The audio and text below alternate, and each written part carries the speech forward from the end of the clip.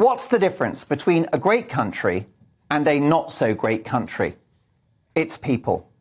The themes of this war, just 2 weeks old, have been horror and carnage, but humanity and hope too, reflected in the colossal dignity of Ukrainian President Volodymyr Zelensky, speaking today in the House of Commons by video link. Now, I've been humbled in the last fortnight to sit in this chair and speak to people in Ukraine dodging shells and bullets. The MP speaking to me from a cupboard in her bedroom with a government-issued rifle at her side.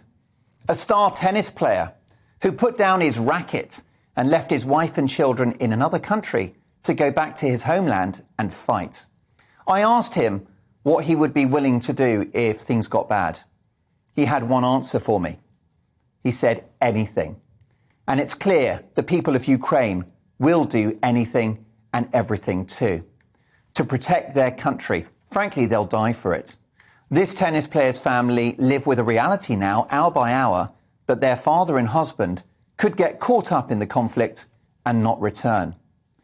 I was humbled to speak to a Ukrainian pop star in a rather fetching pink hat, because obviously that's very showbiz, and he told me much the same. He is this year's Eurovision entry with a cracking song about his mum. It's called Stefania, which has become an anthem. Let's all listen to it and get it to number one. This guy has put his music on hold and is helping in the relief effort and holding the line for his country. I was humbled by the YouTube star with much the same story of courage and forbearance. The history of these two countries is complex, and hate him as we do, it's important that we understand the background to what Putin is doing so we can ultimately resolve it and prevent it from happening again. But what is demonstrably clear is that this is an illegal invasion. War crimes are being committed as we speak. Men, women and children are being murdered. And this is playing out as a battle of good versus evil. Everyone I've spoken to in Ukraine wants a no-fly zone, which would see NATO and the West keep the skies over Ukraine clear, stopping any Russian planes dropping bombs, missiles or opening fire from above. At first glance, it makes sense. With the skies of Ukraine clear, the brave and sophisticated Ukrainian army would have a fair fight with the Russians, many of whose troops already seem semi-detached from what they consider Putin's war. With a no-fly zone, the spirited Ukrainian army, which has been woefully underestimated by the Kremlin, can defeat Russia, which would ultimately see the back of Vladimir Putin altogether. It's unlikely he would re-emerge from his Siberian bunker where he is reportedly hanging out, probably sat behind a massive desk. He loves a massive desk, does our Vlad.